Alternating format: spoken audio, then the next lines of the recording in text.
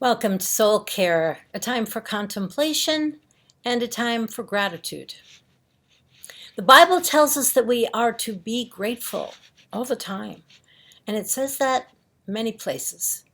In 1 Thessalonians, the writer says, "Give thanks in every situation, because this is God's will for you in Christ Jesus." In every situation. Really? Give thanks in every situation? What about in situations of suffering and loss and lack of freedom and loss of job, loss of income, loss of relationship, loss of life itself? What about those situations? Are we really to be grateful in all situations? Well, I listened to a talk by Diana Butler Bass, who is a historian of religion, and she's also a prolific writer. She has a knack of taking data from society today and applying it to the Bible and to the teachings of the Bible and coming up with theological concepts and also trends in the church. I've heard her talk more than once in person about where the church is heading into the future. It's pretty interesting. She's a very thoughtful writer. And she gave a talk that I listened to just this week called Jesus the Ingrate, the Subversive Power of Gratitude. Jesus the Ingrate. So what's an ingrate? An ungrateful person. Jesus was an ungrateful person, really? Let me explain. In Jesus' time, there was a system of gratitude in the Roman Empire, where the gratis plan was built on a pyramid with the emperor at the top, and then below him were all the different classes of people in Roman society. There were the patricians and senators, equestrians, commoners, freed people, and then on the bottom, the slaves. The system worked for hundreds of years because the folks on the top gave protection to the folks on the bottom. And the folks on the bottom were beholden to their masters. In a sense, they were grateful to them, but it was a forced gratitude. The people on the bottom gave their masters their sweat and their bodies and their dignity. Jesus introduced a system of gratitude that was very different. His system was based on God's love, the love that was available to all equally, unconditionally. There was no hierarchy, there was no pyramid. People with wealth were to love people who were poor. People of all stations were to eat together at the same table. People were grateful not because they were owned and protected by people above them, but because they were unconditionally loved. The system we call the reign of God, not the reign of Caesar. It's a rather wild idea that we don't owe things to people because of their status, but we're all accepted in God's love equally. Well, in this system that Jesus introduced, Jesus was not grateful for everything. He was not grateful for the people who took exorbitant taxes from the poor. He was not grateful for the men who threw stones at the woman who was accused of adultery. He was not grateful for the people of the temple hierarchy that made the house of prayer into a den of thieves. He was an ingrate, and he said so.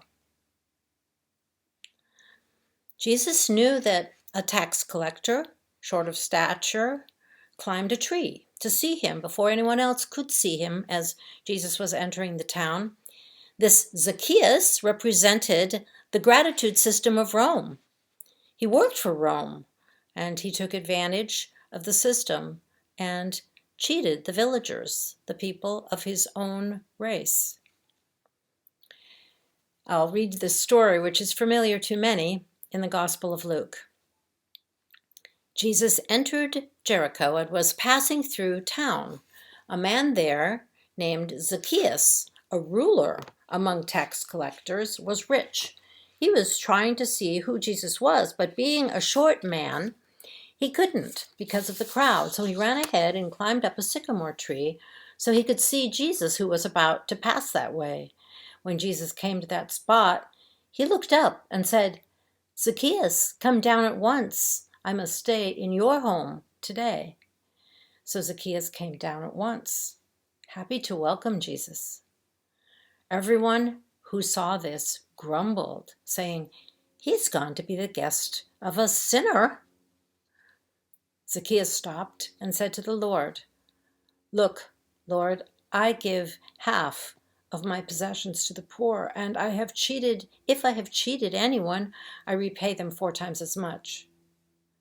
Jesus said to him, "Today, salvation has come to this household because he too is a son of Abraham. The human one came to seek and save the lost."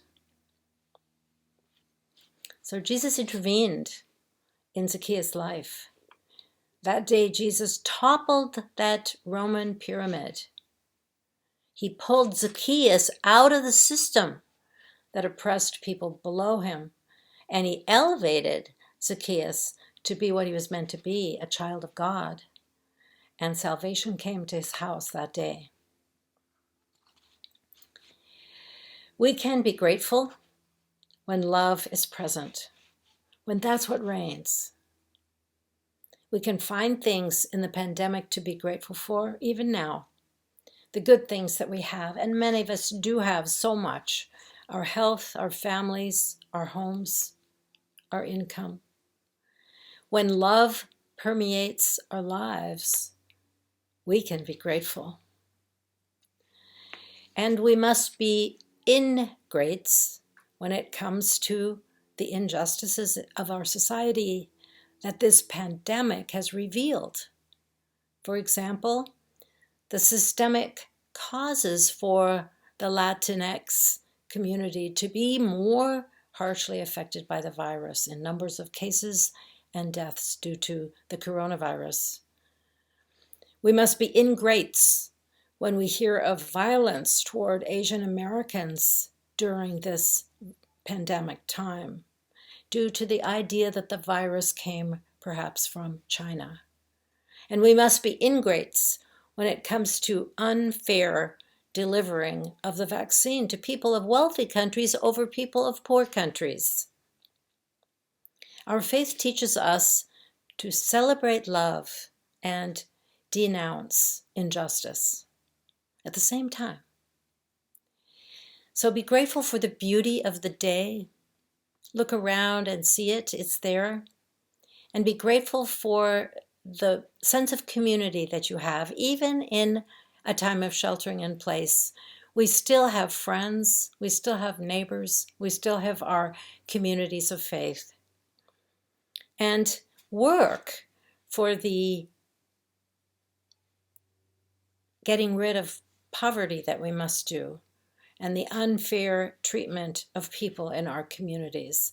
We must work for that alleviation. The Celts have a concept which I like called the caim, C-A-I-M, or the circling.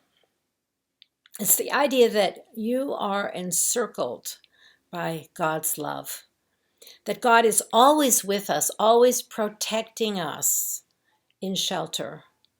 The idea gives us the focus on light, the light of the circle of the sun that you see around every stone cross in Celtic lands.